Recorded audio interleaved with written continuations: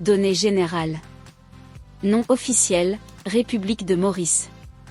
Nature du régime, parlementaire. Président de la République, depuis le 2 décembre 2019, M. Prithviraj Singh Rapin. Chef du gouvernement, et de l'exécutif, M. Pravin Junio. Données géographiques. Superficie, 1865 km² et 1,1 million de km² de zone économique exclusive, ZE. Capitale, Port-Louis. Ville principale, 4 bornes, Curepipe, Rose-Île.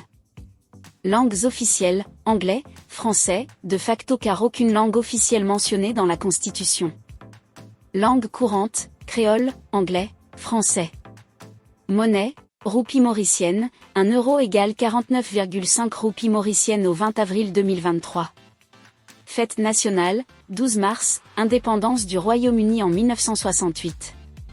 Données démographiques. Population, en 2021, 1,27 million d'habitants, Banque mondiale. Densité, en 2021, 679 habitants km Banque mondiale. Croissance démographique, en 2021, 0%, Banque mondiale. Espérance de vie à la naissance, en 2020, 74 ans, Banque mondiale. Taux d'alphabétisation, total adulte, en 2016, 93%, Banque mondiale. Indice de développement humain, IDH, 63e rang mondial sur 191 pays, PNUD, 2021, éléments d'actualité. Politique intérieure. Le Premier ministre Pravin Junio, arrivé à la tête du gouvernement mauricien en janvier 2017 à la suite de la démission du Premier ministre précédent, son père Sir Anro Junio, a été reconduit dans ses fonctions après la victoire de sa coalition, l'Alliance Mauricien, aux élections législatives du 7 novembre 2019. Celle-ci remporte alors la majorité absolue, 42 sièges sur 70, à l'Assemblée nationale. Dans l'opposition, l'Alliance nationale, qui rassemble le Parti travailliste de l'ancien Premier ministre Navin Rangolam et le Parti mauricien social-démocrate de Xavier-Luc Duval, actuel chef de l'opposition parlementaire, n'obtient que 17 sièges. Le mouvement militant mauricien de Paul Béranger, engagé seul en campagne, n'en dispose pour sa part que de 9. Sur proposition du Premier ministre, l'Assemblée nationale mauricienne a élu le 2 décembre 2019 M. Prithviraj Singh Rapin au poste de président de la République de Maurice et M. Marie-Cyril Eddy Boissaison au poste de vice-président. Ces deux fonctions sont essentiellement protocolaires, le pouvoir exécutif étant détenu par le Premier ministre. Politique étrangère. Maurice abrite le siège de la Commission de l'Océan Indien, COI, dont elle doit prendre la présidence annuelle au cours du deuxième trimestre 2023. Maurice accueille également le secrétariat général de l'IORA, Indian Ocean Rim Association, association des États riverains de l'océan Indien, dont la France est devenue membre en décembre 2020.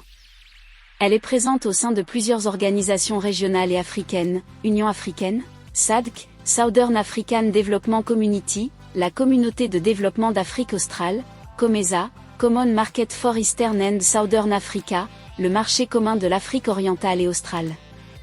Maurice est également membre de l'Association des îles Vanille, de l'Organisation internationale de la francophonie, OIF, et du Commonwealth. Très faible émettrice de gaz à effet de serre, Maurice est active au sein du groupe des petits États insulaires en développement, PEID. Pour des raisons communautaires, historiques et géographiques, Maurice entretient une relation privilégiée avec l'Inde. Maurice a conservé une relation très forte avec l'Europe, France, Royaume-Uni, institutions européennes, sur le plan commercial mais aussi de la défense du droit international. Maurice a ainsi voté en faveur de l'ensemble des résolutions onusiennes consécutives à l'invasion de l'Ukraine par la Russie. Une délégation de l'Union européenne, compétente également pour les Seychelles, est présente à Port-Louis. Situation économique. Maurice connaît un niveau de développement élevé, se hissant en 2021 au 63e rang mondial en termes d'indice de développement humain, grâce notamment au tourisme, qui comptait pour 20% du PIB avant la pandémie, et aux activités liées au sucre, au textile, ainsi qu'au secteur financier et au TIC. Dans la décennie 2010, la croissance tendait néanmoins à ralentir, puis la crise du Covid-19 a entraîné une profonde récession, moins 14,9% en 2020. La reprise est aujourd'hui bien engagée mais l'invasion de l'Ukraine par la Russie alimente l'inflation. Merci d'avoir regardé et à la prochaine. N'oubliez pas de vous abonner pour plus de contenu similaire à celui-ci.